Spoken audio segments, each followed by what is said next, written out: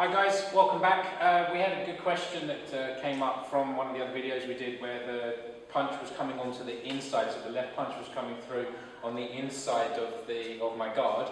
So it's basically what happens if they're using like a sort of a quick jab as the rangefinder, which is what the jab is intended for. Because obviously it's going to be moving, or it might not be so obvious, but in my opinion it's going to be moving too fast for you, when he does it, for you to just do this and then come in. So what we're looking at is pretty much what I've said in other videos, is how switched on are you when it actually comes to a confrontation. So if you know or have an idea that someone is going to hit you or attack you in some way, then you need to be a bit more switched on. So we're going to base it on the fact that I am a little bit more switched on, so when he does it, so when I'm hit this way, that I can charge straight in as soon as I see him move. So I'm already going forwards to do this, so he's not already committing fully to this, for me then to go here and then step through with my attack. So you can see around at this angle as well. So when I'm here this way and he does and fully commits to his punch and comes through like so, and does use just a straight punch, then this is real easy for me to use. So I can go forwards with this. You saw then that I yield back a little bit, so you could say that it's like the Pak Sao in the Sin of Tao form. It could be that I've turned into, it could be that you're turning into like a jump Sao in a sense.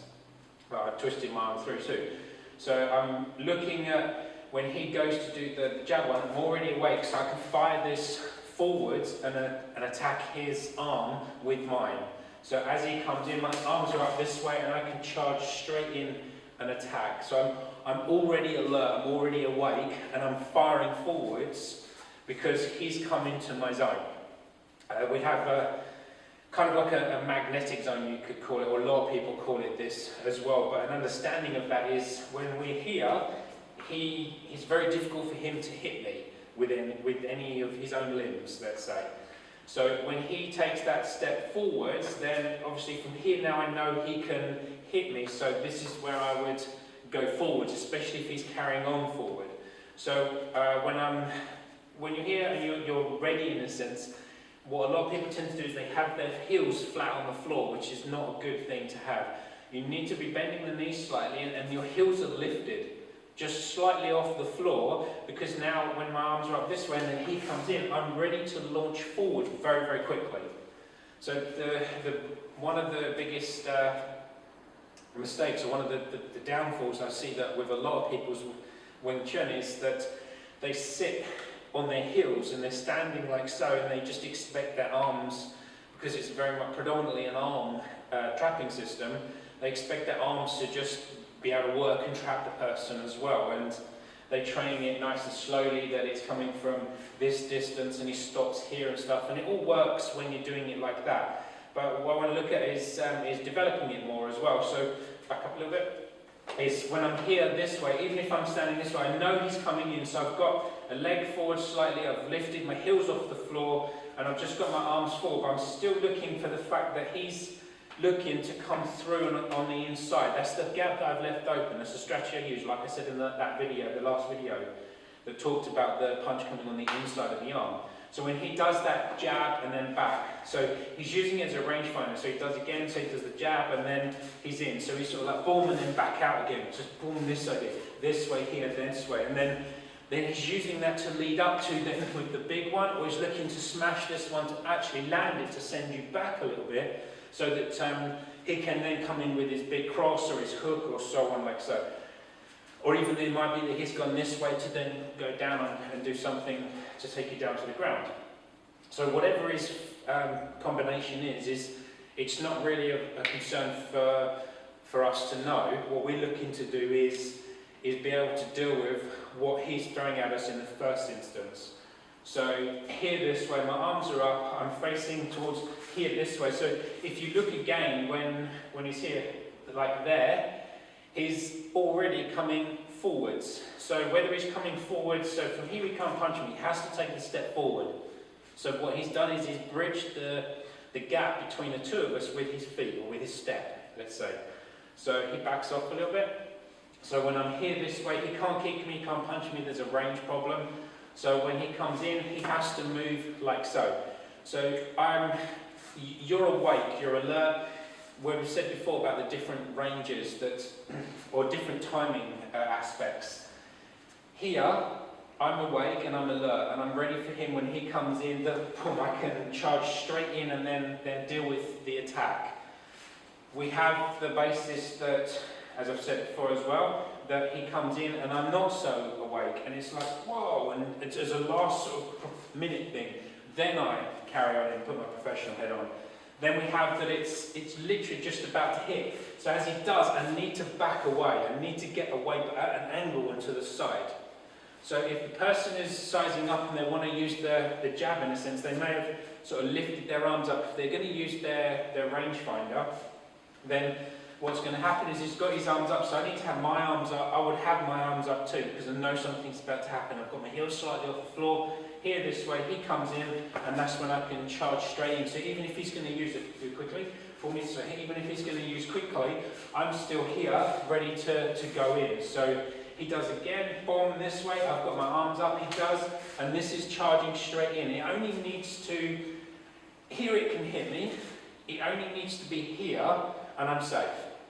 Okay, it's not going to hit me then, which is all I'm looking at doing when this goes forwards, and this is going forwards. This could be going as a finger strike as well as attacking. Sorry, I found this tickle spot. Or it could be that I'm charging this forwards, and it could be that I'm looking to attack with like a bougie idea or a finger strike going towards his, to thrust my fingers into his throat or his neck. It comes in, it could be that I'm just literally as a packs out quickly like this and then charging in, just as a quick, like I'll panic as a sort of the middle stage of start that again, as a panic in a sense, almost like as at the middle stage. So when he's coming in and I'm not quite awake and it's like, whoa, and then I can charge in. So this is where you have this bit pushing the chest up to take the head back. But we're awake, we're alert. He's going to go boom boom with the cross, or the jab, and look to do it quite quickly. So he comes in again, boom this way, and again. So he hits. So I just get used to sort of seeing it as we've done in the other training, in the other videos. So here again, this way, and then in. So I get used to the timing. So we do it again, and my arms are up this way, and then boom, and I can come straight in then. So I want to fire my arms forwards to attack into my opponent. So then that way, this kind of deals with if there's going to be a jab, because there's not going to be no second jab then. I'm already going forward because he's already come forwards. So done in real slow motion, here this way, real slow. He's already coming in, so there he can't hit me. He has to overstretch, he's too far away. So for him there, he's done that step in, and that's the point where I would go into. So I'm not fussed whether he's doing a jab or a cross or whatever it is. I'm just going straight in to squash whatever it is that he's going to do. If you are caught a little bit off and he does that, then I have straight away the arm going out to cover. And at this point is where I would take a small step at an angle off to going backwards. So go this way just a little bit. So if you can see where I'm at on the square, as he comes in, I'm literally charging out to the side. So I'm here this way, and he's off, and then I'm coming back in at a 90-degree angle towards him. So depending on whether you're completely alert, you would, as they step in, you would charge in to do your pack out and your punch to control them, or to hit them to stop them from hitting you. Or if you're a little bit, if they're super quick and you're a little bit asleep with it, and as he sort of comes in with this, then I'd be backing away, ready to come in. And it might be that he does 2, so 3, or so on like this. So it could be that I'm here this way, and then I need to charge in on the next one. But I'm using this to cover me, to make sure that I'm safe. Got that? Cool. So we're going to have a quick go with he's punching you. Actually, yeah, we're going to have you punching in. So again, it's keeping the arms are up. You charge in and you're forcing this forward. That's it, good. And then be a bit more, what you saw there, go back again. Well, hopefully we saw there. Play it back a little bit as well, and do it if you can in a bit of slow motion. But if we look, we've got Lawrence's here, he's just a little bit too much on the heels. So we just need to kind of lift the heels a little bit off the floor, bend the knees a little bit, so you're a bit more sort of sprung-loaded and ready to charge forward. So when he's got his arms up, he charges in, and then that's it, good. So he's got the arms now. Now we're going to add the movement. So back up again. So what I do a little bit sometimes is just help. Carry on, here. So my help is to just get his legs moving. When he comes in, I give him a little nudge and then push him forwards so he explodes forwards too. So again, form, and then I reduce the nudge. So it helps this way, and then that's it, good. So you saw there, Monty, he had the intention to come in. He showed the intention to come in as well, just that you can release him now. So he had the intention to come in. So what we're looking to do then is take advantage of that bit. So when he gave the clue or the signal that I'm going to go now, that's when we want to fire this forward. So one more, with me doing it. Good, and then in. That's it, cool. And then carry on with your follow-up and so on. Good, that's it, and then down and we're done. So, back up again. Now this time we're going to look at, you're doing it yourself. So he's going to come in, and then, yep, and then you charge in. That's it, good. Good, good. And straight away get the control of his knees. So again, so we can see now that we've developed, we've developed the step forwards. So once we've got that a little bit, now we need to just get the legs going into the correct place to control the other person's balance. So if we go again, charge in, up, one, hit, good. Alright, so now do the same thing again, but now take this leg and go straight behind his other leg. So you've got the control, boom, and in. That's it, good. There we go, almost there that time. One more. Let's see if we can do on this one. So again, head looking up, you're looking at his throat, good.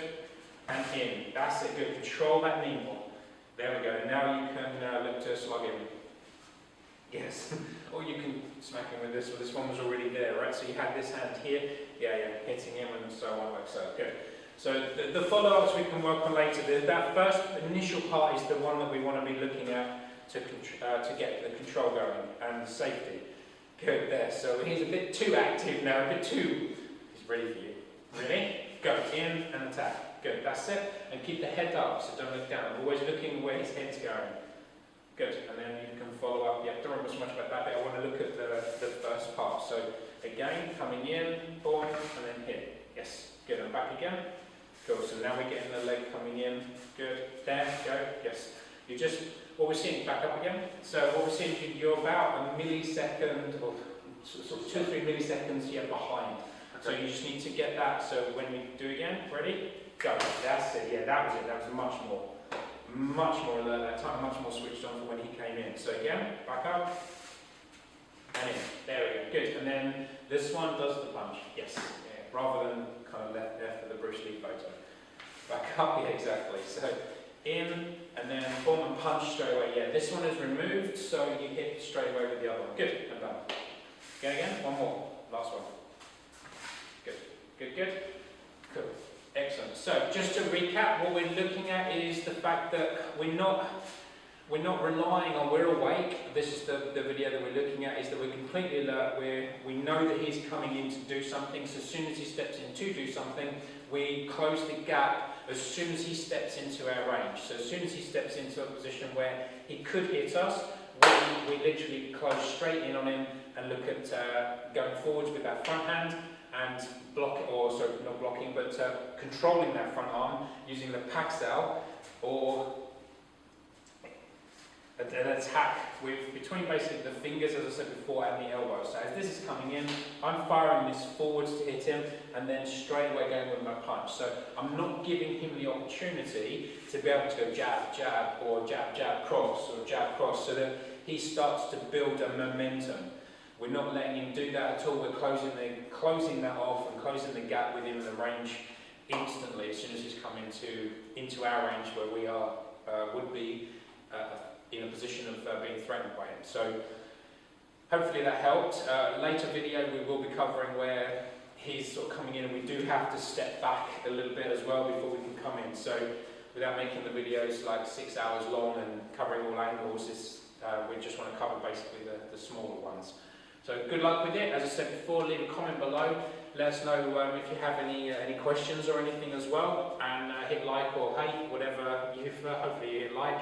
And I'll see you guys on the next video. Right, you have to start kicking me or something for using the word Yeah. You didn't